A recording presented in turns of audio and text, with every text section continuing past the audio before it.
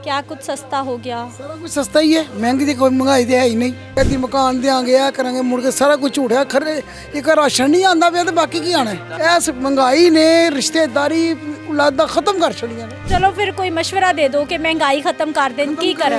महंगाई खत्म कर, जिन्ना जिन्ना पैसा सुना सारा आवाम को खुआ दे, जन्नत मिलेगी। सेब आपको 25 रुपये किलो मिल रहा है, अंगूर आपको 10 रुपये किलो मिल रहा है, किधर 1% हुई? वो बात करें जो समझ आए। अगर आप 20% महंगाई कम हुई है या 36% कम हुई है, उस हिसाब से तो 200 या 300 रुपये का आटे का थैला होना चाहिए। कैसी हैं आपा? ठीक हूँ, ठीक है। लगे फिर रहे अल्लाह की ज़मीन पे। शुक्र है अल्हम्दुलिल्लाह। हाँ जी, हुक्म। क्या कुछ सस्ता हो गया? सारा कुछ सस्ता ही है, महंगी तो कोई महंगाई तो है ही नहीं। तेनू किन्ने कहता महंगाई? वाकई ना कोई महंगाई नहीं। महंगाई जिन्नी मर्जी करन ते साडे नाल ते महंगाई है, कुछ नहीं गा साडे वास्ते। ना कोई कारोबार है, ना कोई जगह है, ना कोई गल, ना कोई बात, ना कुछ भी नहीं गा। कहती मकान देंगे आ करेंगे मुड़ के सारा कुछ झूठ है। खरे एक राशन नहीं आता पे तो बाकी की आना है। तो कह रहे हैं राशन दिए हैं। कोई नहीं आया घर, किसी का कुछ नहीं आया, झूठ है। अज तक कसम है, जो भी दिन अज तक पहले ना आया हूँ कुछ भी नहीं। इन्ने सालों तो ਅਸੀਂ ਆਪ ਇੱਥੋਂ ਦੇ ਰਹਿਣ ਵਾਲੇ ਅਸੀਂ ਉਧਰ ਮਿਸਰੀ ਸ਼ਾਹ ਚਲੇ ਗਏ ਹਾਂ। काम इधर मेरी सारी मंडी मेरा उधर घर सी मेरे कोई सुनता कुछ नहीं, सब झूठ है। पर जरा ध्यान ਨਾਲ ਸਕੂਨ ਹੋ ਗਿਆ ਤੇ ਅੱਗੋਂ ਵੀ ਸਹੀ ਕਰੇ ਕੰਮ, ਜਿਉਂਦੀ ਰਵੇ ਵਸਦੀ ਰਵੇ ਸਾਡੀ ਧੀ ਭੈਣ ਹੈ। ਉਹਦੇ ਕੋਲ ਤੇ ਚੰਗੀ ਨਾ ਖੱਚ ਕੋਲੋਂ, ਇਮਰਾਨ ਖਾਨ ਕੋਲੋਂ ਮੈਂ ਤਾਂ ਸਾਰਾ ਦਿਨ ਸਾਹਮਣੇ ਖਲੋ ਕੇ ਗਾਲਾਂ ਕੱਢਣ ਨੂੰ मैं नहीं डरती ਹੁੰਦੀ। महंगाई तब भी थी, महंगाई आप कह रही हैं आज भी है, कमी नहीं हुई। ये मतलब हैगी महंगाई, क्योंकि पिछ हालात ही ਇਹੋ ਜਿਹੇ ਨੇ, ਇਹਨਾਂ ਦੇ ਬਸ ਦੀ ਗੱਲ ਹੈ ਹੀ ਨਹੀਂ। क्यों बस दी गल नहीं है, हुकूमत दे हाथ ही सारा कुछ है। नहीं है, ਤੁਹਾਨੂੰ ਕਿਉਂ ਲੱਗਦਾ ਹੈ ਕਿ हुकूमत दे बस दी गल ही नहीं? नहीं हैगी बस ਦੀ ਗੱਲ, ਕਿਉਂਕਿ ਪਿੱਛੋਂ ਚੀਜ਼ਾਂ ਨੂੰ ਮਹਿੰਗੀਆਂ ਮਿਲ ਗਏ, ਉਹਨਾਂ ਨੂੰ ਉਸੇ ਭਾਅ ਵੇਚਣੀ ਜਾ। ਪਿੱਛੇ ਵੀ ਤੇ ਕੋਈ ਰੇਟ ਪਿੱਛੇ ਫਿਕਸ ਹੋਣ ਤੇ ਫਿਰ ਅੱਗੇ ਘਟ ਆਟਾ ਘਟਿਆ ਨਾ ਪਿੱਛੋਂ, ਕਣਕ ਘਟੀ ਉਹਨਾਂ ਘਟਾਈਏ, ਪਿੱਛੇ ਘਟੀ ਹੈ ਹਰ ਚੀਜ਼। ਜ਼ਿਮੀਂਦਾਰਾਂ ਨੇ ਘਟਾਈ, ਜਿਨ੍ਹਾਂ ਨੇ ਬੀਜੀ ਸੀ तो ਉਹਨਾਂ ਘਟਾਈਏ। ਆਪਣੇ ਕੋਲ ਤਾਂ ਨਹੀਂ ਨਾ ਦਿੰਦੇ ਘਟਾ ਕੇ।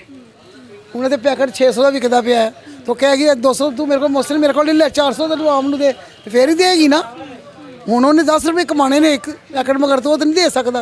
ਕਿਰਾਏ ਬਿੱਲ ਹਰ ਚੀਜ਼ ਦੁਕਾਨਾਂ ਦੇ ਇਹ ਜਾਂਦੀ। लेकिन आपा जी दिन रात हम तो टीवी पे देख रहे हैं कि महंगाई पहले जो 36-37% थी अब वो 1% पर आ गई है, सब कुछ इतना सस्ता हो गया है। क्यों उदों किन्ने ਦਾ ਸੀ 560 रुपए। सेब 25 रुपये किलो आपको मिल रहा है, सेब आपको 25 रुपये किलो मिल रहा है, अंगूर आपको 10 रुपये किलो मिल रहा है, किधर 1% हुई? वो बात करें जो समझ आए। आप भी इधर रहती हैं, आप भी कुछ घर पे लेके जाती हैं। दूध जो 200 रुपये किलो था वो 20 रुपये किलो हो गया, 1% महंगाई हुई है। अगर आप कहते बैक हो गई 19%, तो दूध 200 रुपये किलो वाला 20 रुपये किलो होना चाहिए, किधर है? दही जो है 220 रुपये, वो 20% महंगाई के साथ 22 रुपये किलो होनी। आटा भी 30-35 रुपए, चीनी। बाजी मुझे वो बात बताएं, आप 20% महंगाई कह रही हैं कम हुई है, 20%? मैं नहीं कह रही सर, वजीर आजम साहब कह रहे हैं। उनसे पूछे ना, उस हिसाब से तो आटे का थैला जो है ना आपको 300 रुपये में होना चाहिए। अगर आप 20% महंगाई कम हुई है या 36% कम हुई है, उस हिसाब से तो 200 या 300 रुपये का आटे का थैला होना चाहिए। इन्होंने कहा 130 रुपये चीनी बेचेंगे, ठीक है ना, 165 रुपये कर दी। मिलें इनकी अपनी है, ये बना रहे हैं आवाम को। किधर चीनी इन्होंने कम की है? 130 होनी चाहिए अगर इन्होंने कहा है। मिलों से ला के 130 रुपये ला के 132-30 में, वो उसने 2 साल बाहर चीनी नहीं जाने दी, 90 रुपये रही है, जिसको उन्होंने अंदर किया हुआ है। ये इनकी अपनी मिलें होकर 90 रुपये चीनी नहीं बिकवा सकते, ये कुछ भी नहीं कर सकते। 90 रुपये 2 साल 90 रुपये करके गए ना। अब 165 है, ये 36% कम हुई है कि 40% बढ़ी है? 90 और 165 आप खुद ही हिसाब लगाएं। और कोई शय नहीं सस्ती हैगी, लिख के ले जाओ। इंसान की कोई वैल्यू नहीं, सस्ता हो ही, बाकी हर चीज़ महंगी हो जा। क्या आता तेन बेहिस दुनिया, बेहिस रिश्तेदार, बेहिस महंगाई ने, इस महंगाई ने रिश्तेदारी औलादा खत्म कर छड़ियां ने। कोई किसी नहीं पूछता ए महंगाई की वजह करके, कोई रोटी नहीं पूछता, कोई मेहमान नवाजी नहीं करता। खानदान अपने अपनी आपो तो आप गई समझ। छोटी सी बात बताता हूँ, जब ये आई है 13,000 रुपये का फ़ाइन का थैला था, ठीक है, उस वक्त भी कुलचा 25 रुपये का था। अब 7,300 का फ़ाइन का थैला है। कुलचे का कितने का रेट होना चाहिए? हद 10 नहीं, 9 नहीं थे, 10 नहीं तो 12 रुपये होना चाहिए। ये महंगाई कम कर सकी है?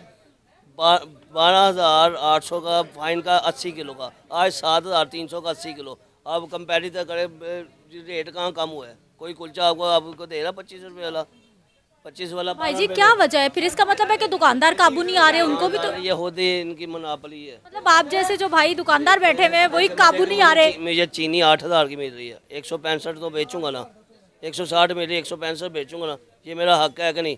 600 रुपये किलो का लिफाफा लगना है, ठीक है ना? 600 रुपये किलो लिफाफा लगना है, लेबर है, लेबर की तनख्वाहें देनी है, बिजली का बिल देना है, किधर से देना? अगर 5 रुपये किलो कमाएंगे नहीं, कहाँ जाएंगे? ठीक है कि नहीं? आप कह रही हैं कम हुई है, किधर कम हुई है? 90 रुपये किलो वाली चीनी 165 हो गई है। आप वो समझदार हैं, महंगाई बढ़ी है कि कम हुई है? बताया ना मुझे। तो रोज सुन रहे हैं 9.5 साल की कम तरीन सतह पर। अभी कल गैस का परसों बिल किस सतह पे आप बताएं? आप